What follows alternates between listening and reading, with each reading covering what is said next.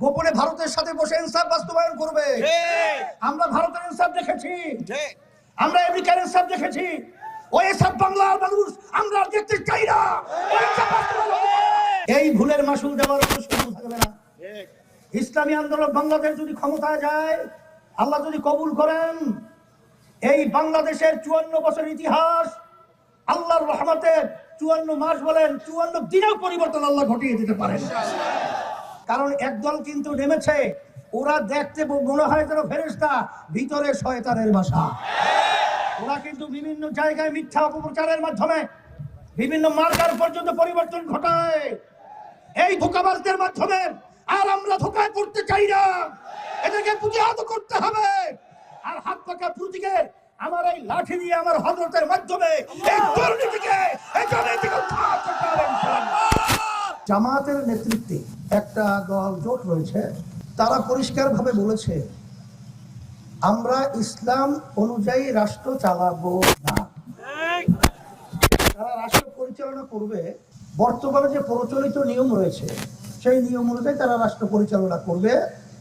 এটা তারা আমির সহ বিভিন্ন পর্যায়ের দায়িত্বশীলরা বলেছে। তারা যে এক হিন্দু প্রার্থী দিয়েছে কৃষ্ণ নন্দী, তাকে সাংবাদিকরা প্রশ্ন করছিল যে আপনারা এর সঙ্গে জোটবদ্ধ হলেন কেন বা এর সঙ্গে গেলেন কেন?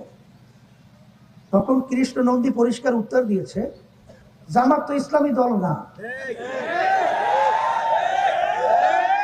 ইসলামী দল বলে আপনি তাকে খাটো করতে চান কেন? জামাত তো ইসলামী দল না, ইসলাম বলে তাকে খাটো করতে চান কেন? একবার না কয়েক জায়গায় এটা বলেছে। তাদের সাথে জোটবদ্ধ কর্নেল অলি সাহেব পরিষ্কার বলেছে যে জামাতের আমির তো বলেছে তারা শরিয়া অনুযায়ী দেশ পরিচালনা করবে না। এরপরেও আপনারা খ্রিস্টান যে ওই যে সম্মানিতা মহিলা রয়েছে, সে তো পরিষ্কার বলেছে জামাতের আমিরের সাথে আমার কথা হয়েছে, সে আমাদেরকে আশ্বস্ত করেছে যে আমরা শরিয়া অনুযায়ী রাষ্ট্র পরিচালনা করব। শরিয়া মানে কি? ইসলামী হলো শরিয়া। শরিয়া মানে কি? আমরা নামাজ পড়ি, রোজা রাখি, হজ করি, যাকাত দেই, এইটাই শরিয়া। এই অনুযায়ী রাষ্ট্র পরিচালনা করবে না। তারা কোন নীতি আদর্শ অনুযায়ী রাষ্ট্র পরিচালনা করবে?